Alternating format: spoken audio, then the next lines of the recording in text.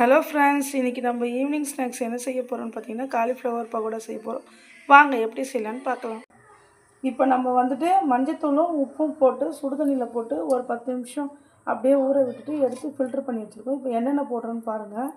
இப்போ ஃபஸ்ட்டு போட வேண்டியது இஞ்சி பூண்டு பேஸ்ட்டு, அதுக்கப்புறமேட்டு சிக்கன் மசாலா, அப்புறம் வெறும் மிளகாத்தூள் 3 ஸ்பூன் போட்டுக்கோங்க, கடலை மாவு கொஞ்சோண்டு போட்டுக்கோங்க, அரிசி மாவு 5 ஸ்பூன் போடுங்க, அரிசி மாவு 5 ஸ்பூனு, இப்போ கார்ன்ஃப்ளவர் மாவு ஒரு 5 ஸ்பூன்.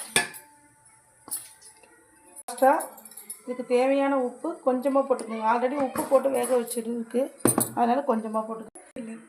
இப்போ லாஸ்ட்டாக லெமன் கொஞ்சம் போட்டுக்கோங்க. மிக்ஸ் பண்ணிவிட்டு இந்த பதத்தில் வச்சிங்கன்னா எண்ணெயை காய வச்சு ஒன்று ஒன்றா போட்டு எடுத்திங்கன்னா உங்களுக்கு நான் போட்டு காமிக்கிறேன்.